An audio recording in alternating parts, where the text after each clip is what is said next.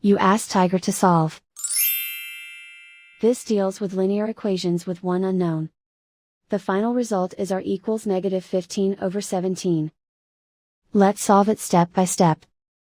Group all L terms on the left side of the equation.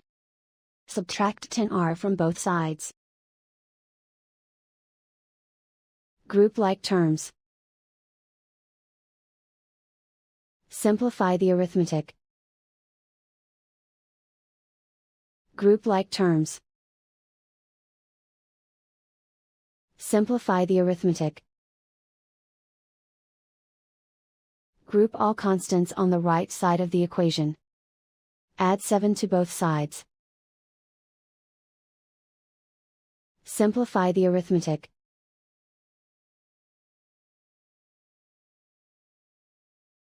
Isolate the L. Divide both sides by -17. Cancel out the negatives. Simplify the fraction. Move the negative sign from the denominator to the numerator. And so the final result is r equals -15/17.